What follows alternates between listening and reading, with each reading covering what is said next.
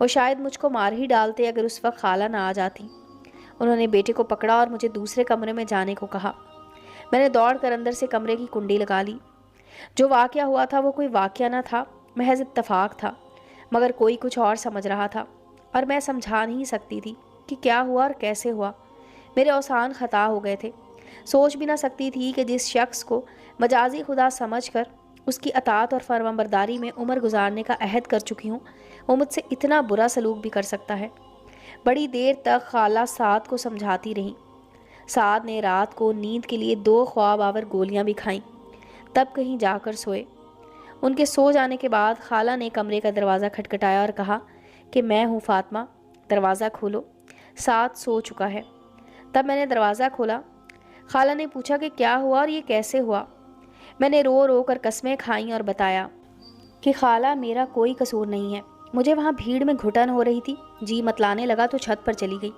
مجھ کو کیا خبر تھی کہ وہاں اسد پہلے سے موجود ہے، خبر ہوتی تو کیوں جاتی۔ اسی لمحے سعد بھی وہاں آ گئے۔ انہوں نے سمجھا کہ میں اسد سے ملنے اوپر گئی تھی۔ مجھ کو اس لیے مارا ہے کہ تمہارا ابھی تک منگیتر سے تعلق قائم ہے۔ خالہ جی، مجھ کو اپنے پیدا کرنے والے کی قسم ہے، ایسا بالکل نہیں ہے۔ شادی کے بعد میں کبھی اس سے ملی ہی نہیں، یہ سراسر بہتان ہے۔ خالہ نے میرے بیان پر یقین کر لیا، مجھے گلے لگایا، میں زاروں قطار رو رہی تھی۔ ان کو مجھ پر ترس آیا۔ اس دن یقین آ گیا کہ خالہ واقعی ماں کی جگہ ہوتی ہے۔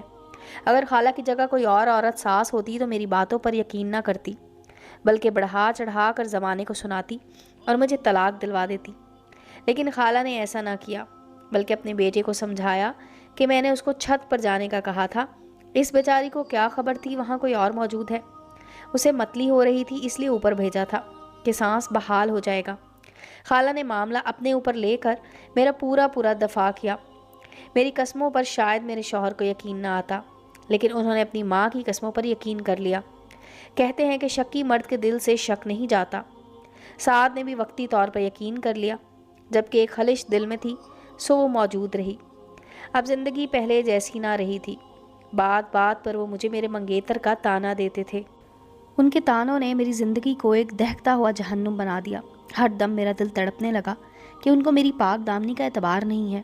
وہ بات بات پر کہتے تھے، تمہارا ماضی مشکوک ہے، لہٰذا مجھے یقین نہیں ہے تمہاری کوکھ میں پلنے والی اولاد میری ہے یا نہیں۔ میں کیسے اسے قبول کروں گا، کس طرح باپ کا پیار دے سکوں گا۔ جب کوئی شوہر اپنی بیوی سے ایسی باتیں کرے تو زندگی اچھی کیسے گزر سکتی ہے۔ بلا شبہ میں زندہ شک کی چتا میں جل رہی تھی۔ روز ہی اپنے نصیب پر آنسو بہاتی تھی، 8 آنسو روتی تھی اور سوچتی کہ اس عذاب سے تو بہتر تھا میں طلاق لے لیتی۔ اس شخص نے ماں کے مجبور کرنے پر مجھے پناہ تو دے دی تھی، لیکن اپنی اولاد کو شک بھری نظروں سے دیکھتا تھا۔ یہ بات میرے لیے سہانے روح تھی۔ میں نے میکے جانا ترک کر دیا کیونکہ ساتھ ہی اسد کا گھر تھا۔ ساتھ شک کرتے تھے کہ میکے میں شاید اسد سے ملنے جاتی ہوں۔ جب ایسی سوچ ان کو ستاتی تو بہانے سے جھگڑنے لگتے تھے۔ ایک حد ہوتی ہے، میں ایک بچی کی ماں بن چکی تھی۔ اس اہانت آمیز سلوک کو سہتے سہتے تھک گئی تھی۔ سعد اپنی بچی کو بھی نہیں اٹھاتے تھے۔ یہ معصوم پھول بھی باپ کے شک و شبے بھری نگاہوں کی تپش سے مرجھا کر رہ گیا تھا۔ اسے اٹھانا یا ہاتھ لگانا بھی گناہ سمجھتے تھے۔ وہ چاہتے ہوئے بھی اولاد کو محبت نہ دے سکے۔ اس عذاب ناک زندگی کو جب 5 برس گزر گئے، تب ایک روز میں نے سوچا کہ ایسے جینے سے مر جانا اچھا ہے۔ بس اپنی معصوم اولاد کی خاطر ہر جبر سہ رہی تھی کہ یہ بچی باپ کے گھر کی چھت تلے بڑی ہو جائے، باپ کے سائے میں پرورش پائے گی تو زمانے کی دست و برد سے بچ جائے گی۔ ایک عورت کب تک شوہر کی بدسلوکی کے قاتل وار سہ سکتی ہے۔ ایک روز جبکہ ایک عزیزہ کی شادی میں جانا تھا، میں نے سعد سے کہا بچی کے لیے ایک جوڑا کپڑوں کا خریدنا چاہتی ہوں، اس کو شادی میں لے جاؤں گی۔ یہ سن کر وہ یکدم غصے سے آگ بگولا ہو گئے۔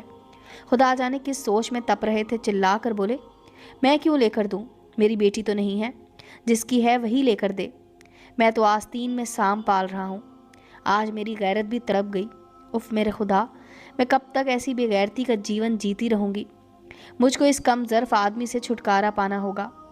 پس اس روز جانے مجھ میں کہاں سے ہمت اور طاقت اود کر آئی۔ اسی وقت فون کر کے بھائی کو بلا لیا اور یہ الفاظ ان کے سامنے دہرائے جو سعد نے کہے تھے۔ میں نے بھائی کو کہا، اگر تم لوگوں کے پاس میرے اور میری بیٹی کے لیے رہنے کی جگہ اور 2 وقت کی روٹی نہیں ہے تو بے شک میں سڑک پر رہ کر بھیک مانگ لوں گی، لیکن اب میں اس شخص کے ساتھ نہیں رہوں گی۔ خدا کے لیے مجھے یہاں سے لے چلو۔ اب میں نے مزید ایک پل یہاں نہیں رہنا۔ بھائی نے نہ جانے کیسے میرے حق میں فیصلہ کر لیا، کہا کہ چلو میرے ساتھ، خاندان کے بزرگ خود فیصلہ کر لیں گے۔ اب تم اس قدر ذلت میں زندگی نہیں گزارو گی، اور ہم مر نہیں گئے ہیں، ابھی تمہارے وارث زندہ ہیں۔ خالہ روکتی رہ گئیں۔ بھائی مجھے اور میری بیٹی لیلا کو ساتھ لے آئے۔ ابو امی نے ٹھنڈے دل سے تمام احوال سنا اور پھر خالہ خالو کو بھلوا بھیجا، ان سے حتمی بات کی۔ انہوں نے بیٹے کی طرف سے معافی مانگی، لیکن میں نے خالہ اور خالو کے ہمراہ گھر لوٹ جانے سے انکار کر دیا۔ کچھ دنوں کے بعد وہ سعد کو ساتھ لے کر آئے۔ اس نے امی ابو سے معافی مانگی، یقین دہانی کرائی کہ اب کبھی میں فاطمہ کو تنگ نہیں کروں گا اور اچھا رکھوں گا۔ امی ابو نے پوچھا، فاطمہ تم کیا کہتی ہو؟ کیا تمہاری مرضی ہے؟ میں نے صاف منع کر دیا، کہا اگر آپ نے مجھے گھر میں نہیں رکھنا تو میں دارالامان چلی جاؤں گی، لیکن واپس سعد کے گھر نہ جاؤں گی۔ والدین نے سمجھایا، رشتہ داروں نے بھی زور لگایا، لیکن میں نہ مانی، کیونکہ میں سعد کی فطرت کو اچھی طرح سمجھ چکی تھی۔ انسان جان بوجھ کر آگ میں نہیں کودتا۔ میں بھی کیونکہ جانتی تھی جاؤں گی تو پھر وہی ہوگا۔ شک کا ناگ ذات کے اندر گھر کر گیا تھا، جب موقع پائے گا پھر حیوان بن جائے گا۔ ابو نے دیکھا کہ واقعی فاطمہ نہیں چاہتی، زبردستی کی تو جان سے جائے گی۔ انہوں نے سعد پر دباؤ ڈالا کہ ہماری بیٹی کو طلاق دے دو، وہ تمہارے ساتھ رہنا نہیں چاہتی۔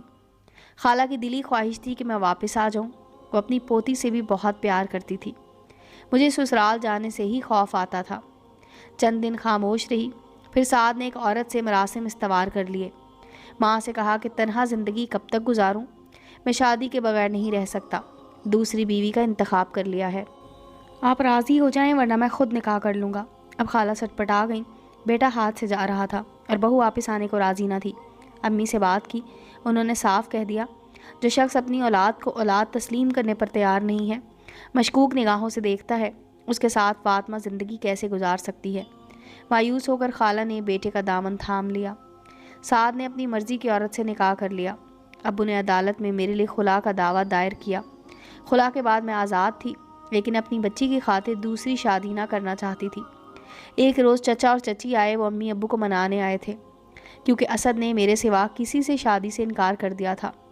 اس نے والدین سے کہا کہ عمر بھر شادی نہ کروں گا، اگر میری خوشی منظور ہے تو تایا سے فاطمہ کا رشتہ طلب کیجیے، اب وہ آزاد ہے۔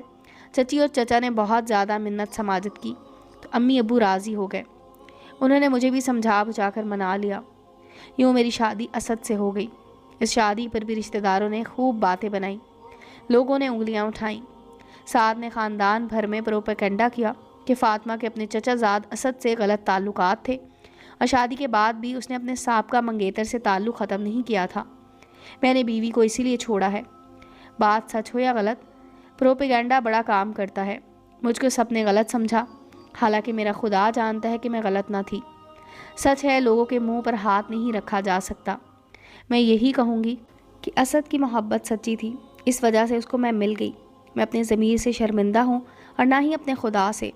ہاں، اس کی مشکور ضرور ہوں کہ اس نے طلاق کے بعد مجھ کو ایک نئی پیار بھری اور خوبصورت زندگی عطا کر دی۔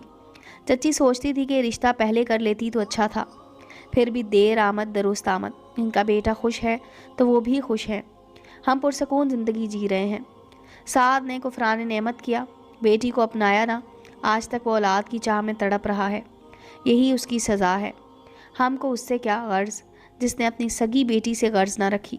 ایسے شکی انسانوں سے خدا ہی بچائے جو اپنی زندگی برباد کر دیتے ہیں اور دوسروں کی بھی۔